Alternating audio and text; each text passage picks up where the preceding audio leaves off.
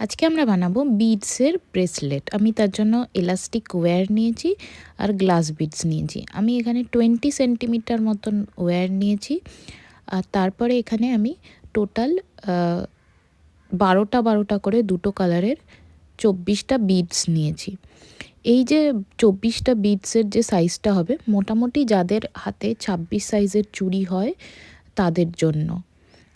তার থেকে ছোট করলে দুটো বিডস করে কমিয়ে দেবে তোমরা।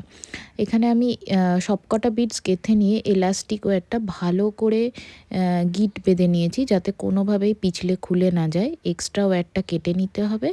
তারপরে একটা জাম্পলিংয়ের সাহায্যে আমি একটা ছোট্ট আউল যে চার্মস আছে সেটাকে ঝুলিয়ে দিয়েছি। অন্য যে কোনো কিছু ঝোলাতে পারো অথবা নাও ঝোলাতে পারো। ভালো করে জাম্পলিংটাকে বন্ধ করে দিয়েছি। আর একই রকম আলাদা কম্বিনেশনে আমি আরও একটা বানিয়ে নিয়েছি। এগুলো দেখতে হাতে কিন্তু খুব সুন্দর লাগে।